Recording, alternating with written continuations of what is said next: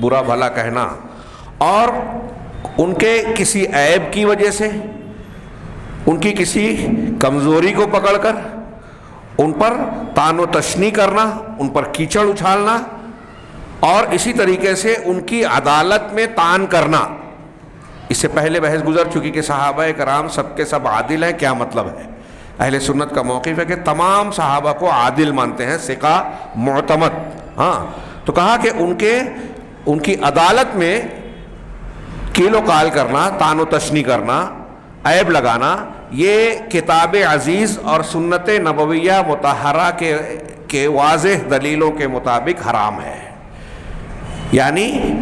کسی صحابی پر عیب لگانا، ان کی برائی بیان کرنا، ان کو برا بھلا کہنا، صحابہ کرام کی عدالت پر حرف گیری کرنا کہ وہ ان کی بات صحیح نہیں ہے یا یہ صحابہ میں سے فلاں قابل اعتماد نہیں ہے، ایسا کہنا قرآن حکیم کی واضح دلیلوں کی بنیاد پر اور نبی کریم صلی اللہ علیہ وسلم کی احادیث مطہرہ کی بنیاد پر حرام ہے، ناجائز ہے۔ یہ جائز ہی نہیں ہے کہ صحابہ کرام پر طعن و تشنیع کی جائے، ان کی عدالت پر سوال اور اعتراض اٹھایا جائے۔ کیوں؟ آگے کہہ رہے ہیں والحقیقہ، یہ تھوڑی سی وضاحت ہوگی۔ حقیقت اس کی یہ ہے کہ اگر صحابہ کرام کو گالی دینا، برا بھلا کہنا، یہ صرف صحابہ کرام کی شخصیت اور ذات کے اندر جرح نہیں ہے، بلکہ یہ نبی صلی اللہ علیہ وسلم کی شخصیت کے بارے میں بھی قدح کرنا اور عیب لگانا ہے، اور اللہ تعالیٰ کی شریعت پر بھی حرف گیری کرنا ہے، اس میں بھی عیب لگانا ہے، بلکہ خود اللہ تبارک و تعالیٰ، اللہ عز و جل کی ذات میں عیب لگانا، عیب ڈھونڈنا ہے۔ اگر کوئی کسی صحابی کو برا بھلا کہہ رہا ہے، ان کی عدالت کو رد کر رہا ہے، اس پر سوال یا اعتراض اٹھا رہا ہے، تو وہ نبی صلی اللہ علیہ وسلم پر اعتراض کر رہا ہے، شریعت اسلامیہ پر اعتراض کر رہا ہے، بلکہ اللہ تبارک و تعالیٰ کی ذات پر بھی کیچڑ اچھال رہا ہے، اعتراض کر رہا ہے۔ کیسے؟ وضاحت سنیے کہ رہا رسول اللہ صلی اللہ علیہ وسلم کی ذات کے سلسلے میں قدح اور طعن یا عیب لگانا، تو وہ اس طریقے سے ہے کہ صحابہ اللہ کے نبی صلی اللہ علیہ وسلم کے صحابہ آپ کے رفقا تھے، آپ کے امین تھے، معتمد تھے، امنا امین تھے، اور امت کے سلسلے میں مخلوق میں جو بدترین لوگ تھے، ان تمام لوگوں میں سے منتخب کیے ہوئے اللہ کے نبی صلی اللہ علیہ وسلم کے لیے چنندہ ساتھی خلفاء تھے۔ اور اس میں رسول اللہ کے نبی صلی اللہ علیہ وسلم کے رفقا اور ساتھی ہیں، ایک عام اصول ہے، حدیث میں بھی بیان کیا گیا کہ المرء علی دین خلیلہ او کما ورد فی الحدیث، کہ آدمی اپنے دوست کے ذریعے کے دین پر ہوتا ہے یا اپنے دوستوں اور ساتھیوں کے ذریعے سے پہچانا جاتا ہے، کیونکہ آدمی ایسے ہی لوگوں کو اپنا رفیق، دوست، ساتھی بناتا ہے جو اس کے مزاج اور اس کی پسند کے مطابق ہوں۔ اب نبی صلی اللہ علیہ وسلم کے ساتھ میں یہ لوگ رہے، آپ نے ان کو اپنے ساتھ رکھا، اپنے زیر تربیت رکھا، اور اگر وہ برے تھے تو نبی صلی اللہ علیہ وسلم کو ان کے ساتھ نہیں رہنا چاہیے، اور اگر نبی کریم صلی اللہ علیہ وسلم کے ساتھ رہے تو اس کا مطلب یہ کہ نبی نے ان کو پسند کیا، اور پھر آپ نے قرآن کی تلاوت اور حکمت و کتاب کی تعلیم کے ذریعے سے ان کا تزکیہ، ان کی تعلیم کے کام کو انجام دیا۔ ایک نبی کی تعلیم، اس سے بہتر تعلیم کسی اور کی ہو نہیں سکتی۔ نبی اگر کسی انسانیت کی تعمیر کر رہا ہے تو وہ جتنا بہترین انسان بنائے گا، تعمیر کرے گا، دنیا کا کوئی بڑے سے بڑا مصلح، معلم، مدرس ویسی تعلیم، تربیت اور ویسی تعمیر انسانیت نہیں کر سکتا جیسے ایک پیغمبر کرے گا۔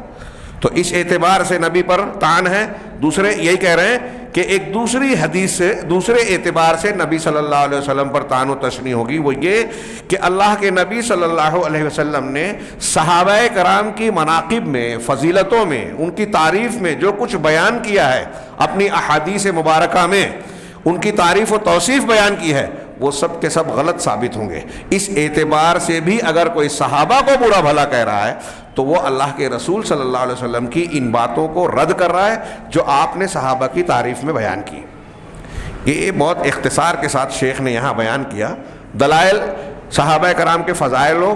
مناقب کے تعلق سے ہم ابتدائی دروس میں کچھ پڑھ چکے ہیں، سارے نہیں لیکن بہت ساری روایتوں اور بہت ساری متعدد آیتوں کا تذکرہ کیا جا چکا ہے۔ تو نبی صلی اللہ علیہ وسلم نے جو فضائل صحابہ، مناقب صحابہ بیان کیے ہیں عمومی طور پر اور خصوصی طور پر، اگر کوئی شخص صحابہ کرام پر زبان طعن دراز کرتا ہے تو گویا وہ اللہ کے نبی صلی اللہ علیہ وسلم کے ان فرامین کی تکذیب کر رہا ہے، ان کو جھٹلا رہا ہے، ان کی تردید کر رہا ہے۔ نمبر 2 اس رہا اللہ تعالیٰ کی شریعت میں قضا کرنا، یعنی یہ کہنا کہ اگر کوئی صحابہ کو برا بھلا کہہ رہا ہے تو شریعت اسلام کو برا بھلا کہہ رہا ہے۔ وہ کس معنی میں، کیسے؟ اس لیے کہ یہ رسول اللہ صلی اللہ علیہ وسلم اور امت کے درمیان یہی صحابہ کرام شریعت کو نقل کرنے کا واسطہ ہے۔ قرآن بعد والوں کے پاس کس ذریعے سے پہنچا؟ صحابہ کے واسطے سے۔ حدیثیں کس ذریعے سے پہنچی؟ صحابہ کے واسطے سے۔ قرآن اور حدیث کے معنی اور مطالب کیا ہیں، کس پس منظر میں کون سی آیت قرآنی نازل ہوئی، کون سی سورت کب کہاں کیسے نازل ہوئی، کس واقعے کے تناظر میں نازل ہوئی، اس کا معنی کیا ہے، یہ تشریح بعد کے لوگوں کو کس نے کر کے بتائی؟ صحابہ کرام نے۔ چنانچہ کہہ رہے ہیں کہ نقل شریعت کے اعتبار سے صحابہ کرام امت اور اللہ کے نبی پیغمبر اسلام کے درمیان واسطہ ہیں۔ اب اگر ہم ان راویان اسلام کی شخصیت کو مخدوش قرار دے دیتے ہیں، مجروح قرار دے دیتے ہیں، ان کو قابل قبول اور قابل اعتماد نہیں کہتے کہ صحابہ کرام ٹھیک ٹھاک لوگ نہیں ہیں، اگر یہ کوئی کہتا ہے تو اس کا مطلب یہ ہوا کہ قرآن کی روایت کرنے والے، حدیثوں کی روایت کرنے والے، قرآن و حدیث کے معنی اور مفہوم کو بیان کرنے والے ناقابل اعتماد ٹھہر گئے، تو دین کی پوری عمارت ڈھہ گئی۔ امام ابو زرع رازی رحمہ اللہ، امام مسلم کے استاذ، امام بخاری کے شاگرد، وہ کہتے ہیں کہ اگر کسی کو تم پاؤ کہ وہ صحابہ رسول صلی اللہ علیہ وسلم کو برا بھلا کہہ رہا ہے تو جان جاؤ کہ وہ تمہارے دین کو نشانہ بنا رہا ہے، لہٰذا اس کو تم جان جاؤ کہ یہ بے دین اور ملحد آدمی ہے۔ صحابہ ہمارے لیے ہمارے دین کے راوی ہیں اور اللہ تبارک و تعالیٰ نے ان روات دین کو محفوظ رکھا ہے۔ چنانچہ آگے کہا کہ فَإِذَا سَقَطَتْ عَدَالَتُهُمْ، جب صحابہ کی عدالت ہی ساقط ہو جائے، وہ قابل اعتماد نہیں رہیں گے، لَمْ يَبْقَ ثِقَةً فِي مَا نَقَلُوهُ مِنَ الشَّرِيعَةِ، تو انہوں نے شریعت جو نقل کی ہے بعد والوں کی طرف، وہ قابل اعتماد رہ ہی نہیں جائے گی، ان میں ثقافت اور اعتبار باقی نہیں رہے گا، پوری کی پوری شریعت کی عمارت گر جائے گی۔ غور فرمایا آپ نے، یہ سمپل سادی بات جو بیان ہم بہت اختصار کے ساتھ کہہ رہے ہیں، بہت غور سے سننے والی ہے۔ صحابہ کرام کو نشانہ بنانا کوئی چھوٹی موٹی بات نہیں ہے،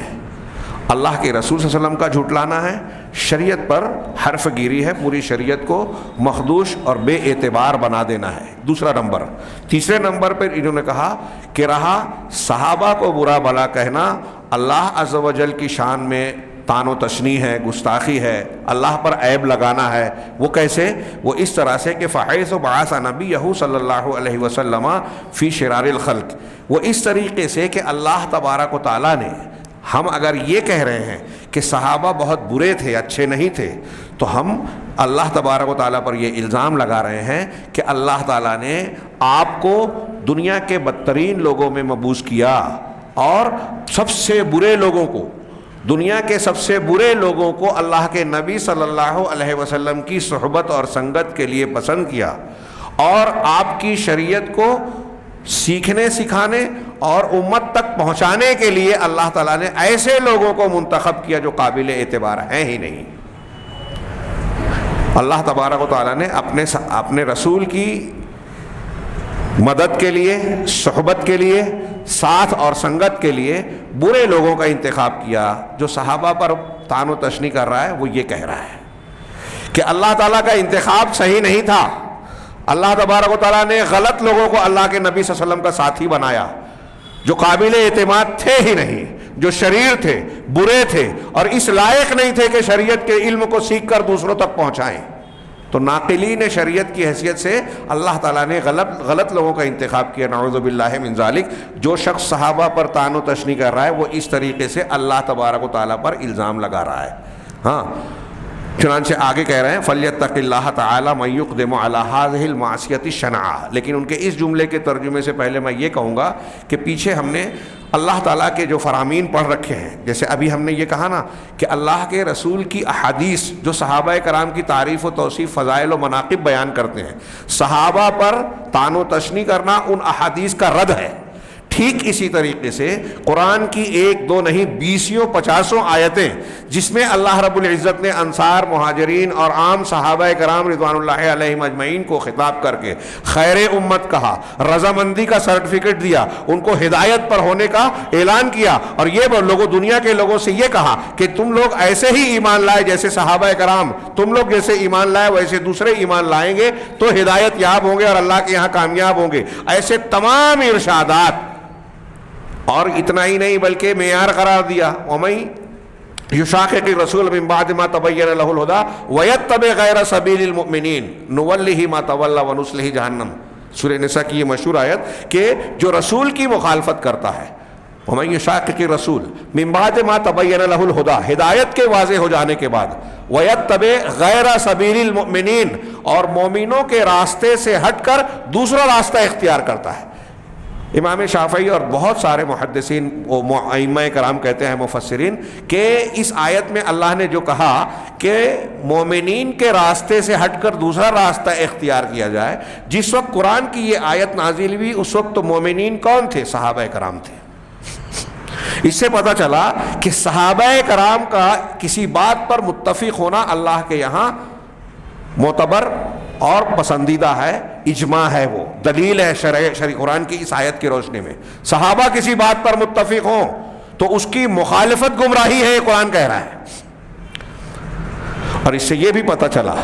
کہ اللہ تبارک و تعالیٰ نے اس زمانے کے صحابہ کو المؤمنین کہا اور ان کے طریقہ کار، منہج، عقیدے کو معیار قرار دیا، اس راستے سے ہٹنے کو گمراہی اور جہنم پہ جانے والا راستہ قرار دیا. جو اس سے ہٹے گا نولہ ما تولی، تو جو اس راستے پر چلے گا ہم اس کو اسی راستے پر چلائیں گے، ونصلہ جہنم، اور جہنم میں ڈال دیں گے، وساءت مصیرا، اور وہ بہت برا ٹھکانہ ہے. اللہ یہ کہہ رہا ہے کہ صحابہ کے طریقے سے جو ہٹے گا وہ جہنم کے راستے پہ جائے گا، جہنم میں داخل ہوگا. اور ہم یا بات کا کوئی آدمی یہ کہے کہ صحابہ غلط تھے تو اس کا مطلب وہ اللہ کی بات کو رد کر رہا ہے. یہ میں ایک آیت کے تحت کہہ رہا ہوں، ایسی 50 آیتیں. تو وہ اللہ تبارک و تعالیٰ کے ان سارے ارشادات کا رد کر رہا ہے جس میں اللہ تعالیٰ نے صحابہ کی فضیلتیں بیان کی، ان کی تعریف و توصیف کی، ان کے بارے میں یہ کہا کہ وہ ہدایت پہ تھے. ابھی جو ہم نے سورہ جمعہ کی آیت پڑھی، اللہ نے فرمایا کہ وہ اگرچہ پہلے گمراہی میں تھے لیکن اب ہدایت پر ہیں. کیوں ہدایت پر ہیں؟ اللہ نے رسول بھیجا جو تلاوت آیات کرتے ہیں، تزکیہ کرتے ہیں، کتاب اور حکمت کی تعلیم دیتے ہیں. یہ نبی صلی اللہ علیہ وسلم کی تعلیم ہے اور اس کا اثر ہے کہ اب وہ گمراہی میں نہیں رہے، اب ہدایت پر ہیں.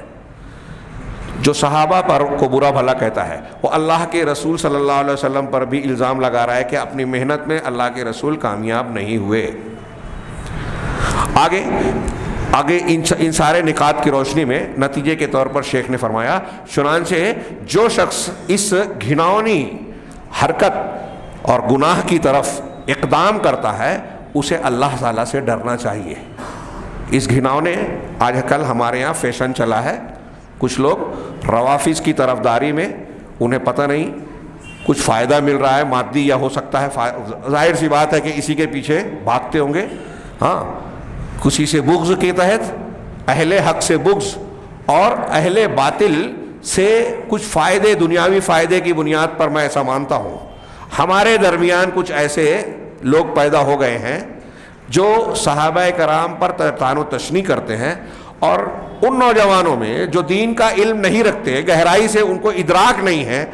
سوال اعتراض دلائل پر نگاہ نہیں ہے، ان کے سامنے ایسی باتیں پیش کرتے ہیں مشاجرات صحابہ کی یا صحابہ کرام سے متعلق اس دور کی کچھ تاریخی واقعات کو، جس کا تاریخی واقعات کا تعلق ہماری دین اور شریعت کے معاملات سے نہیں ہے، ایسی چیزوں کو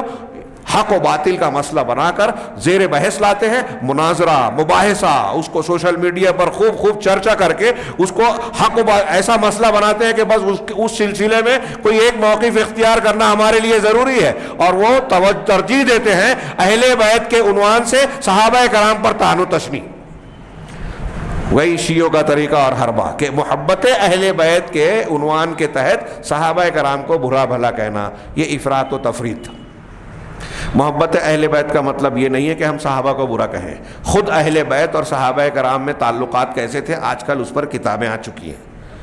ایک دوسرے کا احترام، ایک دوسرے سے محبت، ایک دوسرے کو مسلمان ماننا، ان کی توقیر و تعظیم کرنا، ہر ایک کو ان کے مقام پر رکھنا، آپ ان کی زندگیوں میں پائیں گے۔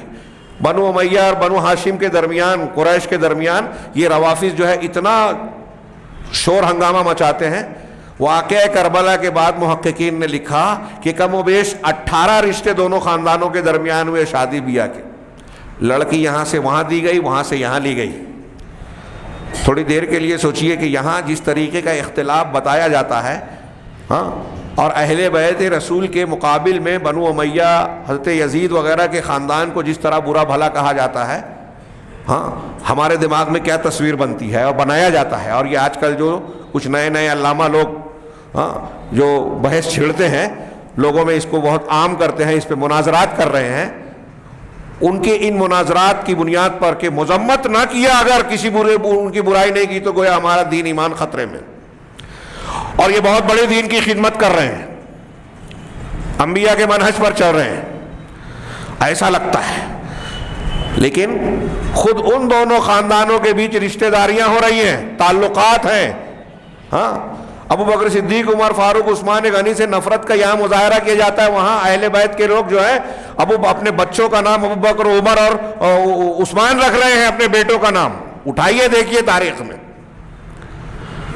تو بہرحال یہ افراط و تفریط اختیار کر کے صحابہ کرام پر سب و شتم کرنا، بظاہر ہمیں لگتا ہے کہ کوئی خدمت ہو رہی ہے، لیکن یہ جتنی بھی کوشش کر رہے ہیں، وہ چاہے جتنا خوبصورت چہرہ ہمارے سامنے آ رہا ہو، ہاں، کوئی ندوی ہو، ہاں، کوئی انجینئر ہو، کوئی فلاں ہو، کوئی ڈھما ہو، کتنا بھی خوبصورت، اگر صحابہ کرام پر حرف گیری ہو رہی ہے تو سمجھ لیجئے کہ وہ رافضیت کا اعلی کار ہے، اسلام کا دشمن ہے، اسلام کا دوست ہو ہی نہیں سکتا، وہ صحیح ایمان جاننے والا ہو ہی نہیں سکتا، وہ تدبر قرآن لکھنے والا ہو یا تفہیم القرآن۔ اگر وہ صحابہ کرام کے مقام کو نہیں پہچانتا، اہل سنت والجماعت کے موقف سے انحراف کر رہا ہے، تو اس نے قرآن نہیں سمجھا، حدیث نہیں جانی، دین نہیں جانا۔ اللہ کے گھر میں پوری ذمہ داری سے کہہ رہا ہوں، وہ سید قطب ہو، ابو العلا مودودی صاحب ہو یا فلاں اور ڈما ہو، اور میرے اس نام لینے سے کسی کو برا لگتا ہو تو سن لیں کہ وہ جن لوگوں کا نام لیا ان کی عظمت اور ان کا مقام کہیں اونچا ہے، وہ تو قرآن و حدیث سے ان کی عزت و توقیر ثابت ہے، صحابہ کرام کی، ان کا نام لے کر یہ برا بھلا کہیں، آپ اس کو برداشت کریں، اس کو تاریخی اور دین کی خدمت مانیں، اور ان کا نام لیا جائے تو آپ کے پیشانی پہ بل آئے کہ ہمارے بڑے کو جو ہے برا بھلا کہا جا رہا ہے۔ کوئی بڑا نہیں ہے قرآن و حدیث اور صحیح سچائی کے سامنے، حق کی مخالفت کرنے پر کوئی بھی شخص ہو اس کا رد کیا جائے گا۔ مجھے کسی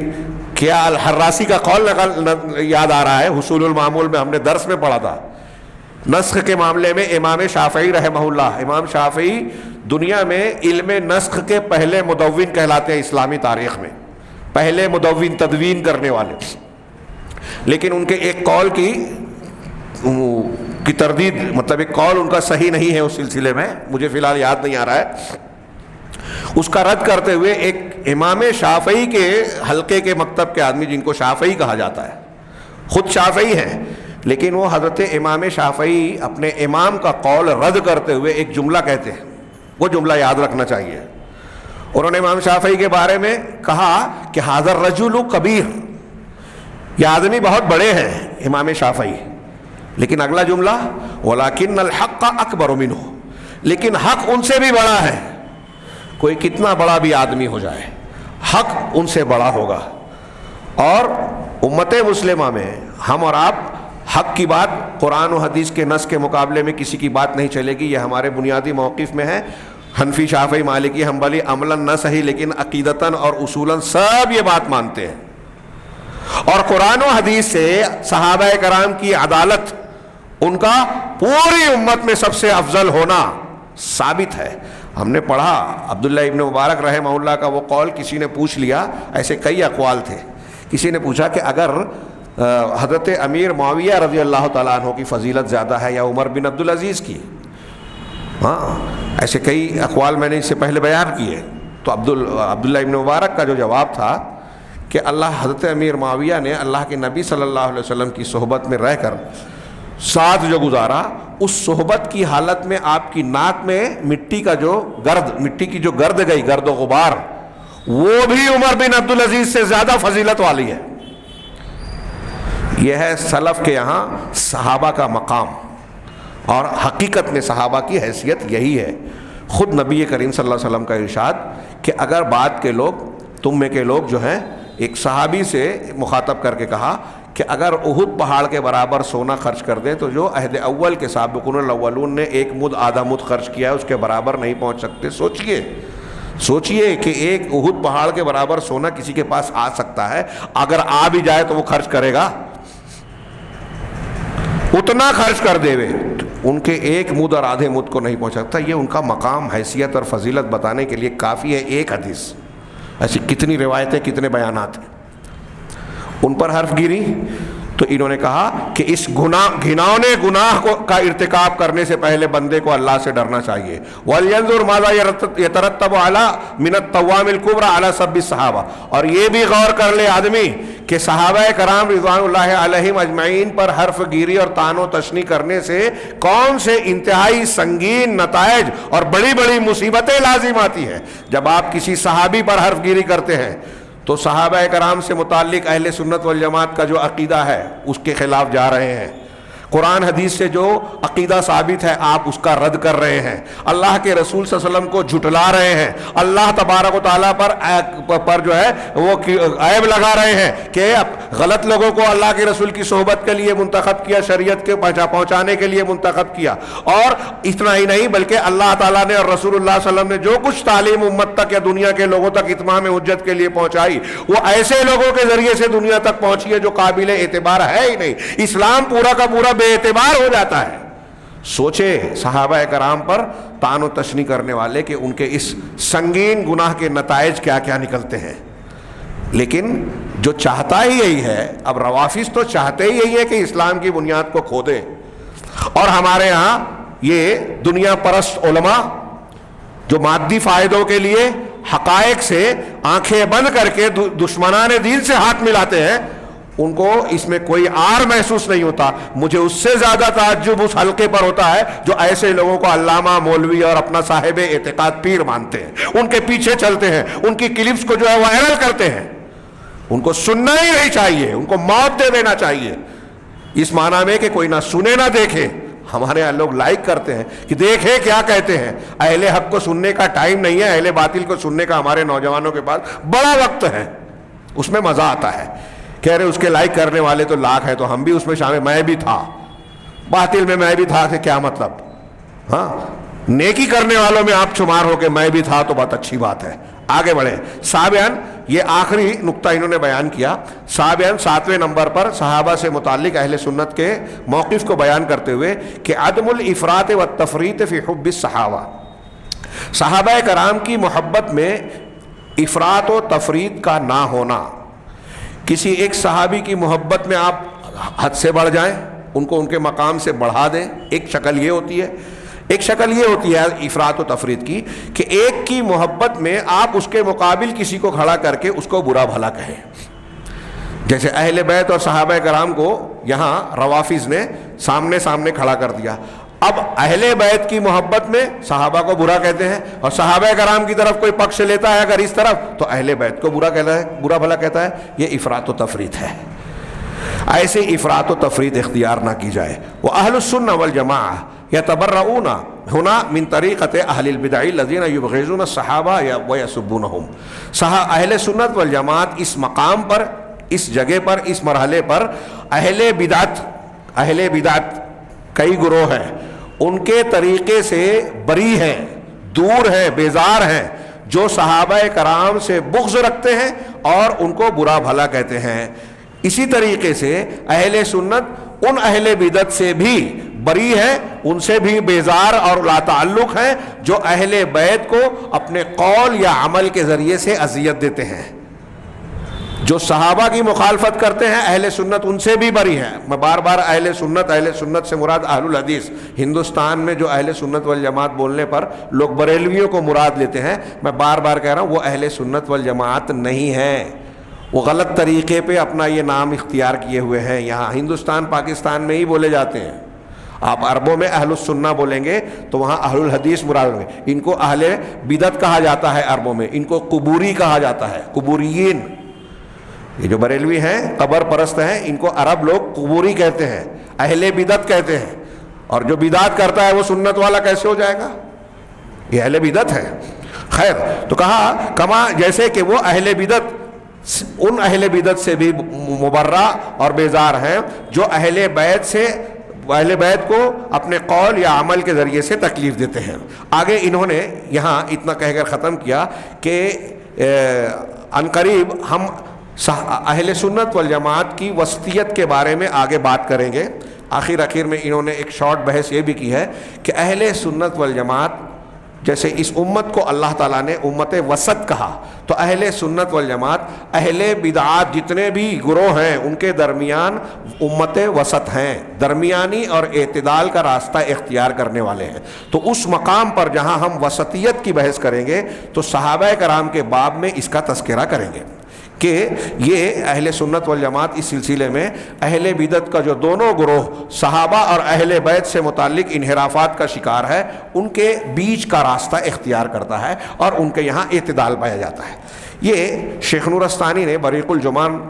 بشرح ارکان الایمان میں جو باتیں بیان کی میں نے اس کو آپ کے سامنے رکھ دیا, صحابہ سے متعلق موقف کی. لیکن اس سلسلے میں جیسا کہ میں نے کہا تھا کہ موجودہ حالات کے تناظر میں یہ ضرورت محسوس ہوئی کہ صحابہ کرام رضوان اللہ علیہم اجمعین کی عدالت اور ان سے متعلق جو کچھ اہل سنت کا موقف ہے اس سلسلے میں جو آج کل نئے میں نے جیسا کہ کہا کہ جاہل علامہ پیدا ہوئے ہیں, کچھ لوگ روافظ کے اعلی کار بن کے اسلام دشمن ایجنٹ کے طور پر مسلمانوں کے بیچ میں کام کر رہے ہیں, یہ کچھ شبہات اعتراضات ان کو ہوا دیتے ہیں جس سے بعض مسلم نوجوانوں اہل سنت والجماعت کے حلقوں میں بھی کچھ سوال اٹھتے ہیں اور بعض مرتبہ کچھ گمراہ قسم کے اعتراضات کو اپنے دل و دماغ میں بسا بیٹھتے ہیں. چنانچہ شیخ عثمان بن محمد الخمیس حفظہ اللہ سعودی عرب کے بہت ہی مشہور اور بڑے عالم ہیں, ان کی متعدد کتابیں ہیں. یہ میرے سامنے ایک کتاب ہے حقبۃ من التاریخ, اس کا پاکستان کے کسی عالم نے ترجمہ بھی کیا ہے, ہاں, آئینہ ایام تاریخ کے نام سے. بڑی شاندار کتاب ہے. ہاں, سعودی عرب کے ٹی وی چینل پر ایسا بتایا جاتا ہے کہ ان کے پروگرام ہوتے تھے خاص طور سے اس موضوع پر, مشاجرات صحابہ اور ان سے متعلق, اور یہ بہت سارے سوالوں کے جواب دیتے تھے. ٹی وی چینل پر فون سے لوگ سوال کرتے تھے اور یہ جواب دیتے تھے. ہاں, میں نے اپنے دوستوں سے سنا ہے, انہوں نے بتایا کہ ان کے جوابات سے مطمئن ہو کر بہت سارے روافظ نے توبہ کر کے اہل سنت والجماعت کا موقف اختیار کر لیا, شیعیت سے توبہ کر لیا, الحمدللہ علی ذالک. تو بہرحال انہوں نے ایک لمبی ایک بحث کی. عدالت صحابہ کا ذکر کرنے کے بعد حقبۃ من التاریخ میں ایک عنوان قائم کیا, عدالت الصحابہ. اور میں نے پچھلے ہفتے بیان کیا تھا کہ انہوں نے اس سلسلے میں قرآن کی کئی آیتوں کو پیش کیا, بعض حدیثوں کا حوالہ دیا. میں نے ایک قیامت کے دن نوح علیہ الصلوۃ والسلام امت محمدیہ کو گواہ بنائیں گے اس روایت کو بھی پیش کیا, اور امت وسط کا اس میں جو اللہ کے رسول صلی اللہ علیہ وسلم نے تشریح کی اس سے استدلال کرتے ہوئے کہا کہ اللہ تعالیٰ نے اس امت کو امت وسط کہا ہے.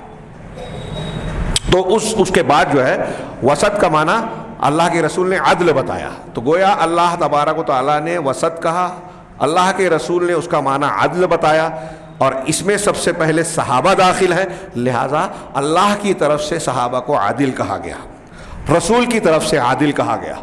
بہت پیارا استدلال کیا, اور پیچھے اور بھی کئی آیتیں ہیں جو میں اس سے پہلے بیان کر چکا ہوں. آگے یہ کہتے ہیں, ان کی باتوں کو سمیٹ کر بیان کرنا چاہوں گا, کہ یہ کہتے ہیں کہ اسی طریقے سے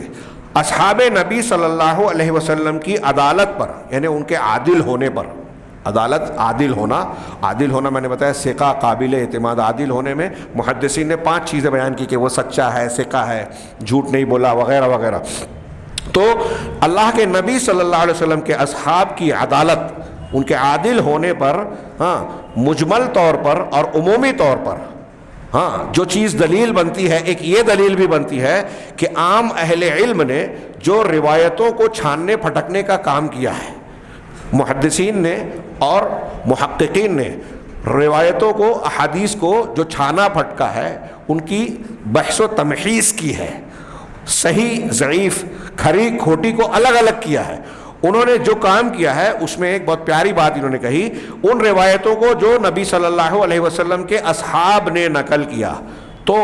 ان چھان پھٹک کرنے والے محقق علماء کرام نے, محدثین عظام نے, جو موجودہ دور کے ان چلتے پھرتے علماء کے مقابلے میں بہت اونچے اور بلندی پر تھے, ان کی نگاہیں بڑی گہری تھیں, بہت زبردست تھے, وہ اس فن کے امام تھے. ایسے ہی جیسے کہ مثال دی جاتی ہے کہ ایک جوہری ایک کانچ کے ٹکڑے کو اٹھا کر کہہ دیتا ہے کہ یہ ہیرا نہیں ہے, کانچ کا ٹکڑا ہے, اور کہہ دیتا ہے کہ یہ ہیرا ہے. ایک سونار جو ہے وہ دیکھ کر کہہ دیتا ہے کہ یہ خالص سونا ہے یا اس میں ملاوٹ ہے. ایسے ہی یہ محدثین تھے, اس فن کے ماہرین, حدیثوں کو دیکھ کر, روایتوں کو دیکھ کر, سند کو دیکھ کر یہ بتا دیتے تھے کہ یہ اصلی ہے یا نقلی ہے, صحیح ہے یا ضعیف ہے. اور پھر تفصیل جو ہے وہ الگ سے, جو دوسرے وہ دلائل بیان کرتے تھے وہ الگ سے اس میں اضافہ ہوتا تھا. خیر, تو اصحاب نبی صلی اللہ علیہ وسلم کے روایتوں کو چھان پھٹک کرنے والے علماء نے یہ بیان کیا, جب اس کی تمحیص کی, تحقیق اور چھان بین کی, تو یہ کہہ رہے ہیں فما وجدوا صحابیا کذب کذبۃ, کہ ایک صحابی کو بھی ایسا نہیں پایا جس نے کوئی ایک جھوٹ بولا ہو. ائمہ محققین نے, ائمہ محدثین نے چھان پھٹک کی, تو ایک صحابی کو بھی ایک جھوٹ بولنے میں کہیں کوئی ثبوت نہیں پایا کہ نبی صلی اللہ علیہ وسلم پر کسی ایک صحابی نے ایک جھوٹ بولا ہو. بلکہ مع انتشار البدع فی آخر عہد الصحابہ رضوان اللہ علیہم اجمعین, بلکہ کہہ رہے ہیں کہ صحابہ کرام کے آخر زمانے میں بدعت کے پھیل جانے کے باوجود, کون سی بدعت, جیسے قدریہ کی بدعت, شیعہ کی بدعت, خوارج کی بدعت, یہ بدعت وجود میں آ گئی تھی, تھوڑی موڑی پھیل بھی گئی تھی, یعنی خارجیت پھیل گئی تھی, رافضیت کا وجود ہو گیا, قدریت تقدیر کا انکار کرنے والے بصرہ میں پیدا ہو گئے تھے. ہاں, اس کے باوجود لم یکن صحابی واحد من اولئک القوم ابدا, یہ جتنے بدعتی گروہ تھے, بہت اہم بات ہے, خارجی, رافضی اور دوسرے جو لوگ تھے نا, کیا کہتے ہیں یہ قدری, یہ جتنے اہل بدعت تھے ان میں کوئی ایک میں بھی صحابہ کرام میں سے کوئی ایک بھی نہیں تھا, یعنی کسی صحابی نے بدعت والا راستہ اختیار نہیں کیا. بہت اہم بات ہے. اور یہ صرف یہی نہیں, اللہ کے نبی صلی اللہ علیہ وسلم نے جیسے بدر کے اصحاب بدر کے بارے میں کہا تھا نا کہ یہ سب سے افضل ہیں, اور آج کے بعد جو بھی کرو تم کو اللہ نے جھانک کر دیکھا ہے, جو کرو اللہ نے تم کو بخش دیا. حاتب بن نبی بلتا رضی اللہ تعالیٰ عنہ کا ایک واقعہ ملتا ہے کہ ان سے کیا خطا ہوئی تھی, اللہ کے رسول کے راز کو خط میں لکھنے کی کوشش کی, اللہ نے روک لیا, اور اس پر اللہ کے رسول نے اسی حدیث کو بیان کر کے جو ہے ان کو مارنے سے روک دیا. لیکن کوئی بدری صحابی آپ کو کسی فتنے میں نہیں ملے گا ایسا جو کفر کا معاملہ ہو, بدعت کا معاملہ ہو. یہ جمل اور صفین والے واقعات میں چند سابقون الاولون میں سے یہی محمد بن عثمان بن محمد نے پچھلے صفحات میں بیان کیا ہے کہ انگلیوں پر گن سکتے ہیں آپ کو ایسے سابقون الاولون کے صحابہ ملیں گے. وہ بھی سمجھ لیجئے کہ حالات نے ان کو مجبور کیا کہ اس میں جھک جائیں, ورنہ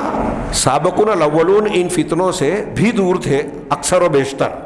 اس کے علاوہ یہ جو بدعات پیدا ہوئی, کسی بھی بدعت میں کوئی ایک بھی صحابی کہیں ملوث نہیں ہوا, کسی ایک صحابی سے کبھی کوئی ایک جھوٹ ثابت نہیں ہوا کہ جان بوجھ کر جھوٹ بولا ہو. اگر کسی صحابی نے کسی صحابی کے بارے میں کہا کہ انہوں نے جھوٹ کہا, تو یہ اس معنی میں نہیں کہ جان بوجھ کر جھوٹ کہا, اس معنی میں کہا کہ ان کو اس بات کا علم نہیں ہے. جیسے ابھی یہاں ایک آدمی موجود ہے, ہاں, ایک صاحب یہاں سے اٹھ کر باہر جائے, ہاں, 2-4 منٹ کے بعد انہوں نے دیکھا کہ وہ یہاں بیٹھے ہیں, اب وہ چلے گئے باہر, اسی درمیان یہ بھی اٹھ کر چلے گئے. اب وہ کسی نے ان سے پوچھا کہ فلاں صاحب مسجد میں موجود ہے, وہ کہیں گے ہاں میں نے دیکھا ہے. دوسرا آدمی پہنچے, کہا کہ وہ ہیں, نہیں ہے, کہا یہ تو کہہ رہے ہیں میں نے دیکھا ہے, موجود ہے مسجد میں, یہ جھوٹ بول رہے ہیں. دوسرا والا کہے کہ یہ جھوٹ بول رہے ہیں, تو اس کا یہ کہنا کہ یہ جھوٹ بول رہے ہیں سچ ہے, لیکن وہ جھوٹ نہیں بول رہے ہیں,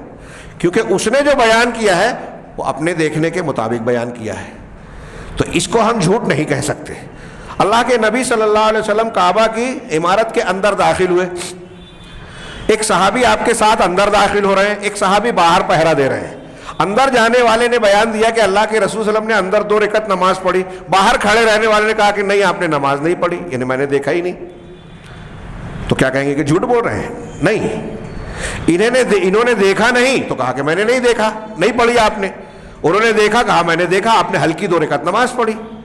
تو اس طرح کا تضاد ہوتا ہے، یہاں جان بوجھ کر یا قصدن یا علم کے مطابق جھوٹ بولنے والی بات نہیں کہلائے گی۔ خیر، تو انہوں نے کہا کہ کسی ایک صحابی نے کہیں جھوٹ نہیں بولا، ثابت نہیں ہوا، اور اسی طریقے سے کسی ایک صحابی سے یہ آپ کو نظر نہیں آئے گا کہ ان کی زندگی میں کہ کسی بدعتی گروہ کے ساتھ یا بدعتی قسم کا قول اختیار کیا ہو۔ وہذا دلیل، یہ اس بات کی دلیل ہے، شیخ عثمان کہتے ہیں کہ یہ دلیل ہے اس بات کی کہ اللہ تبارک و تعالیٰ نے انہیں اپنے نبی کی صحبت کے لیے چنا اور منتخب کیا۔ ہاں، انہیں اپنے نبی کی صحبت کے لیے چنا اور منتخب کیا۔ یہ جو آخری جملہ ہے حضرت عبداللہ ابن مسعود والی ایک روایت ہے جو صحیح مسلم میں، اس سے انہوں نے مستعار لیا ہے۔ آگے کہتے ہیں ثم كذلك لا بد من التنبیہ، پھر اسی طریقے سے اس بات پر تنبیہ اور آگاہی بھی ضروری ہے کہ ایک بہت اہم معاملے پر، شیخ عثمان کہتے ہیں کہ ایک انتہائی اہم معاملے پر تنبیہ اور آگاہی بہت ضروری ہے، اور وہ یہ ہے کہ صحابہ کرام کی عدالت سے ان کی عصمت، ان کا معصوم ہونا لازم نہیں آتا۔ ہمارے یہاں یہ کچھ لوگ کہتے ہیں نا وہ بھی تو انسان ہی تھے، تنقید سے کوئی بالا تر نہیں، ہاں اس لیے خلافت و ملوکیت کے معاملے میں یہ اصول قائم کر کے صحابہ کے جو ہے عدالت شخصیت پر خوب حرف گیری کر ڈالی۔ ہاں، تنقید سے بالا تر ہیں صحابہ کرام، کیونکہ اللہ اور رسول نے ان کو بنایا ہے تنقید سے، ان پر جرح نہیں کی جائے گی، ان پر جرح نہیں کی جائے گی۔ تمام صحابہ عادل ہیں کا مطلب یہی ہے۔ اب ہم ایک اہم نقطہ بیان کر رہے ہیں کہ ہم جب یہ کہہ رہے ہیں کہ سارے کے سارے صحابہ عادل ہیں، عدل والے ہیں، قابل اعتماد ہے، تو اس کا یہ مطلب نہیں ہے کہ ہم یہ کہہ رہے ہیں کہ صحابہ کرام سب کے سب معصوم ہیں، ان سے غلطی اور گناہ ہوا ہی نہیں، ہو ہی نہیں سکتا، ہم یہ نہیں کہہ رہے ہیں۔ ان کی عدالت سے ان کی عصمت، معصوم ہونا لازم نہیں آتا۔ نحن وان كنا نقول بعدالت صحابہ، ہم اگرچہ یہ کہتے ہیں کہ صحابہ کرام نبی صلی اللہ علیہ وسلم کے تمام اصحاب عادل ہیں، لیکن ہم یہ نہیں کہتے کہ وہ سب کے سب معصوم ہیں، گناہوں سے محفوظ ہیں، ان سے غلطی نہیں ہو سکتی، اس لیے کہ وہ سب بشر ہی تھے، وہ انسان تھے، ہم مانتے ہیں انسان ہونے کی حیثیت سے ان سے غلطیاں خطائیں ہو سکتی ہیں، ایسا ممکن ہے، وہ معصوم عن الخطا نہیں ہے نبی کی طرح۔ ہاں، لیکن آگے کہا وقت قال النبی صلی اللہ علیہ وسلم، نبی صلی اللہ علیہ وسلم کا ارشاد ہے کل ابن آدم خطا، ہر انسان خطا کار ہے، ہر انسان سے غلطی ہوتی ہے، اب کوئی کم کرتا ہے کوئی زیادہ۔ تو اب اس قاعدے کے تحت صحابہ کرام بھی شامل ہیں، ان سے بھی خطائیں ہوئی ہیں، ہم یہ نہیں کہتے کہ ان سے خطا نہیں ہو سکتی، لیکن کہہ رہے ہیں فہم من اولاد آدم، وہ بھی اولاد آدم میں سے ہی ہیں، لہذا ان سے بھی خطا ہوئی، اور وہ بھی کبھی خطا کرتے تھے کبھی ثواب ہوتا تھا، اگرچہ ان کی خطائیں بہت کم ہیں۔ اب آگے کہہ رہے ہیں وَإِن كَانَتْ أَخْطَاؤُهُمْ مَغْمُورَةٌ فِي بُحُورِ حَسَنَاتِهِمْ، رضی اللہ، کیا جملہ انہوں نے لکھا کہ اگرچہ صحابہ کرام کی جو غلطیاں ہیں، صحابہ کرام کی جو غلطیاں ہیں وہ معمولی سی ہیں اور ان کی نیکیوں کے سمندر میں ڈوبی ہوئی ہیں، غائب ہیں، یہ معمولی سے تنکے ہیں ان کی غلطیاں، کیونکہ ان کی نیکیاں سمندر کی حیثیت رکھتی ہیں، ہے نا۔ ایک مد آدھا مد اگر خرچ کرے تو بعد والے کا احد پہاڑ کا سونا اس کو نہ پا سکے، کیسی نیکیاں ہیں ان کی، اس کا مقام کیا ہے۔ ہاں، تو کہہ رہے ہیں کہ ان کی نیکیوں کے سمندر میں یہ ان کی برائیاں، اس سے پہلے یہ بیان کیا جا چکا ہے کہ صحابہ کرام کی غلطیوں سے متعلق جو روایتیں آتی ہیں، اس کتاب میں بھی انہوں نے کئی جگہ یہ تفصیل بیان کی ہے کہ یا تو وہ روایتیں صحیح نہیں ہیں، نمبر ایک، اگر وہ روایتیں صحیح ہیں تو صحابہ کرام سے جس کو ہم کہتے ہیں کہ خطا ہوئی ہے وہ اجتہادی خطا ہے، اجتہادی خطا کو خطا نہیں کہتے، بلکہ اجتہادی خطا پر بھی اللہ کی جانب سے اجر ملتا ہے۔ ہاں، جن کو سمجھ میں آ جائے کہ یہ خطا ہے پھر ان کے لیے وہ قبول کرنا صحیح نہیں ہے،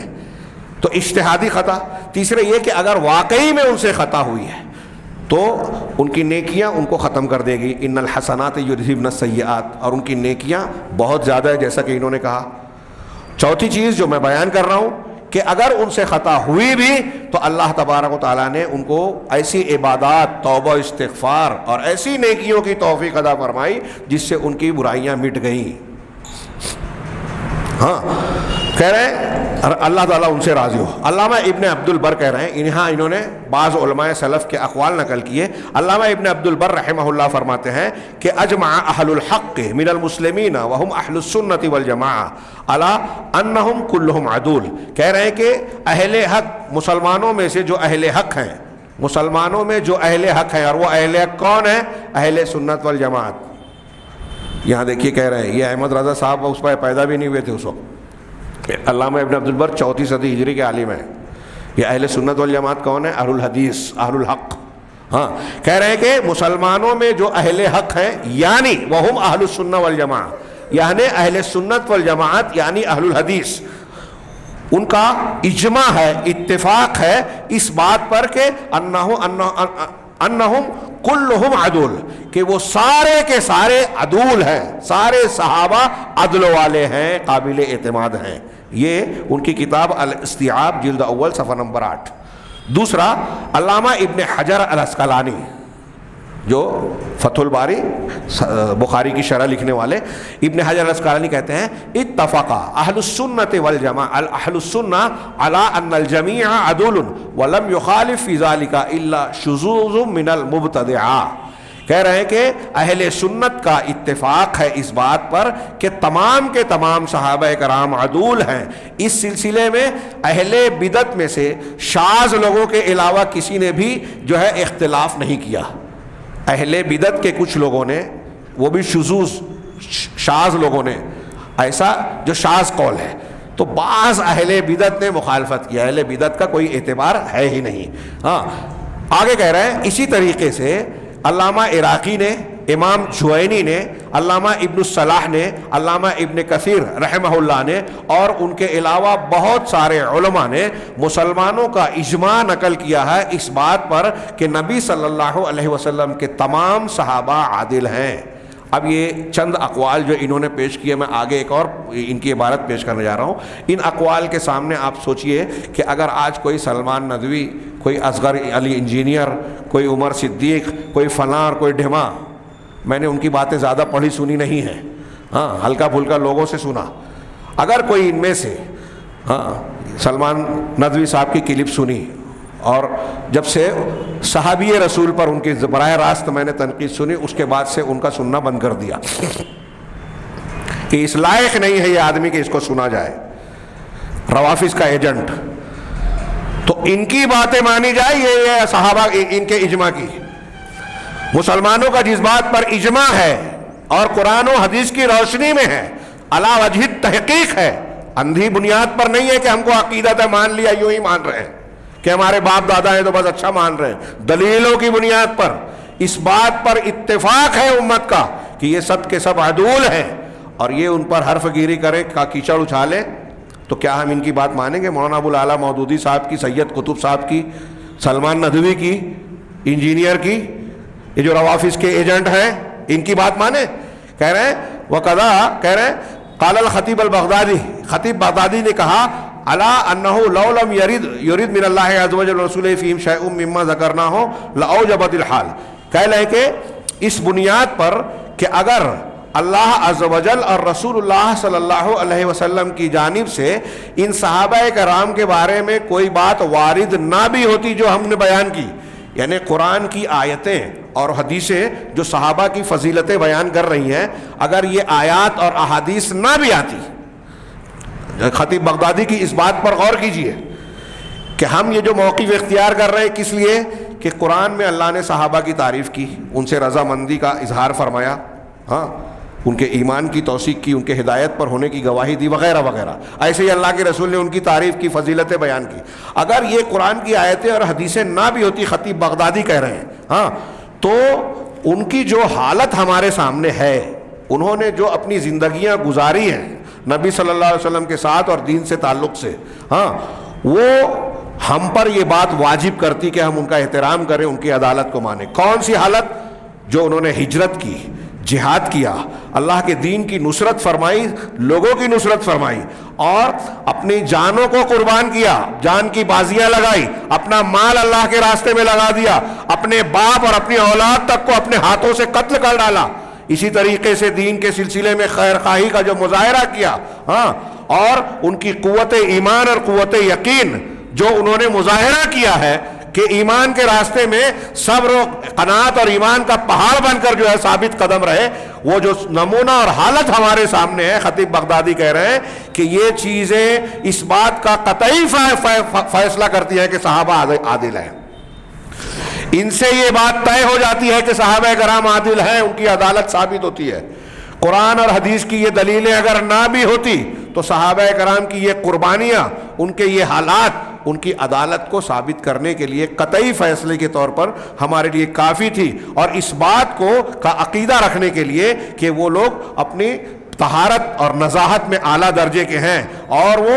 دنیا کے جتنے بھی کسی کی تعدیل کرنے والے لوگ ہیں, کسی کو اچھا اور برا کہنے والے لوگ ہیں نا, کسی کی تعدیل اور تزکیہ کرنے والے جو لوگ ہیں, علماء ہیں, کہ فلاں قابل اعتماد ہے, فلاں کی بات مانی جا سکتی ہے, تو عادل قرار دینے والے اور تزکیہ کرنے والے دنیا میں جتنے بھی لوگ ہیں جو ان کے بعد ہمیشہ تک آنے والے ہیں, ان سب سے یہ صحابہ کرام کہیں اونچے ہیں. صحابہ کرام کا درجہ ایسا ہے کہ بعد کے آنے والے جو یہ کہتے ہیں کہ یہ صحیح ہے یہ غلط ہے, وہ خود اس درجے کے نہیں ہے کہ صحابہ کو پہنچے, تو وہ کیا ان پر حرف گیری کریں گے. یہ نقل کرنے کے بعد شیخ عثمان نے ایک عنوان قائم کیا, من طعن فی عدالت الصحابہ, صحابہ کی عدالت, صحابہ کے عادل ہونے میں کن لوگوں نے عیب لگایا, اعتراض کیا, طعن و تشنیع کی. میں صرف ابھی اعتراض کو نقل کر کے ان کے جوابات اگلے ہفتے اگلے درس کے لیے ٹال دوں گا. تو کہہ رہے ہیں یہ کہ الذین طعنوا فی عدالت اصحاب النبی صلی اللہ علیہ وسلم, نبی صلی اللہ علیہ وسلم کے اصحاب کے عدالت عادل ہونے میں جن لوگوں نے اعتراض کیا, عیب لگایا, وہ 4 فرقے ہیں. 4 فرقے. پہلا فرقہ شیعہ, دوسرا فرقہ خوارج, تیسرا فرقہ نواسب, چوتھا فرقہ معتزلہ. یہ چاروں کا ذکر کرنے کے بعد کہہ رہے ہیں وَكُلُّ هَؤُلَاءِ لَا يُؤَثِّرُونَ فِي إِجْمَاعِ الْمُسْلِمِينَ, یہ جتنے بھی چاروں فرقے ہیں یہ مسلمانوں کے اجماع میں اثر انداز نہیں ہو سکتے. کیوں؟ لِأَنَّهُمْ لَا يُعْتَدُّ بِخِلَافِهِمْ, کیونکہ ان کے اختلاف کا کوئی شمار نہیں ہے. وہ یہ سوال کرے گا نا کہ آپ کہہ رہے ہیں کہ صحابہ کرام کے عادل ہونے پر امت کا اجماع ہے, یہ حضرت ابن حجر العسقلانی, علامہ ابن عبد البر, خطیب بغدادی اور دوسرے بہت سارے لوگ کہہ رہے ہیں, تو آپ کہہ رہے ہیں کہ اجماع ہے, اور یہ روافض معتزلہ یہ تو اختلاف کرتے ہیں. تو وہی جواب دے رہے ہیں کہ ان کے اختلاف سے اجماع پر کوئی فرق نہیں پڑتا, اس لیے کہ ان کے اختلاف کی کوئی حیثیت نہیں ہے. ہاں, جیسے ہم لوگ کہتے ہیں نا کسی فن میں اگر ایک بیماری کے بارے میں ڈاکٹر لوگ سب متفق ہوں کہ ایسا کرنا ہے, تو جو ڈاکٹر نہیں ہے وہ اگر ان سے اختلاف کرے تو لوگ کیا کہیں گے, ارے ڈاکٹر لوگ یہ کہہ رہے ہیں اس جاہل کی بات کو کیا مانیں. تو ایسا ہی معاملہ ہے کہ یہ جاہل ہے, بدعتی ہے. اہل بدعت کا, جاہلوں کا علمی چیزوں کے اجماع میں کوئی شمار نہیں ہوتا. آگے انہوں نے کہا صرف ان کی کچھ باتیں, وَحِجَجُهُمْ فِي طَعْنِهِمْ فِي أَصْحَابِ النَّبِيِّ صلی اللہ علیہ وسلم مَا يَأْتِي, ان کی دلیلیں اصحاب نبی صلی اللہ علیہ وسلم کے سلسلے میں ان کی جو اعتراض اور عیب لگانا ہے ان کی دلیلیں کیا ہے. تو یہاں انہوں نے 4 کا سرسری ذکر کیا, اس کا سرسری جواب دیا, اور پھر 12 شبہات کا ذکر کر کے اس کا تفصیلی جواب دیا. تو ہم وہ سب تو نہیں بیان کر پائیں گے, ان سرسری کا صرف یہاں آج ذکر کر رہا ہوں اعتراض کا. ان میں کہتے ہیں کہ بعض صحابہ سے, نبی صلی اللہ علیہ وسلم کے بعض صحابہ سے کچھ گناہ واقع ہوئے, تو چونکہ کچھ صحابہ نے کچھ گناہوں کا ارتکاب کیا اس لیے صحابہ سب کے سب عادل کیسے ہو سکتے ہیں, یہ ایک اعتراض ان کا. دوسرا کہ بعض صحابہ قرآن اور حدیث کی دلیل کے مطابق بعض صحابہ منافق ہو گئے تھے, تو پھر وہ صحابہ سب عادل کہاں ہوئے. نمبر 3 وہ کہتے ہیں کہ اگر ہم یہ مان لیں کہ سارے کے سارے صحابہ عادل ہیں تو پھر سارے کے صحابہ مقام اور مرتبے میں ایک جیسے ہو جائیں گے. کہہ رہے ہیں کہ وَإِذَا كَانَتِ الْمُسَاوَاةُ فِي جب مقام اور مرتبے میں مساوات کا ہمارے نزدیک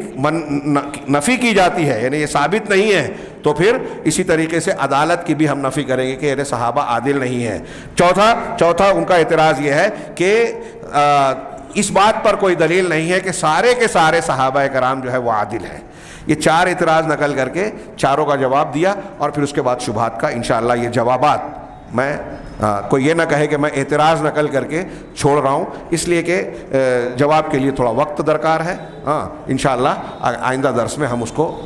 تفصیل سے جانیں گے. اللہ تعالی ہمیں خیر کی توفیق دے. وآخر دعوانا الحمدللہ رب العالمین.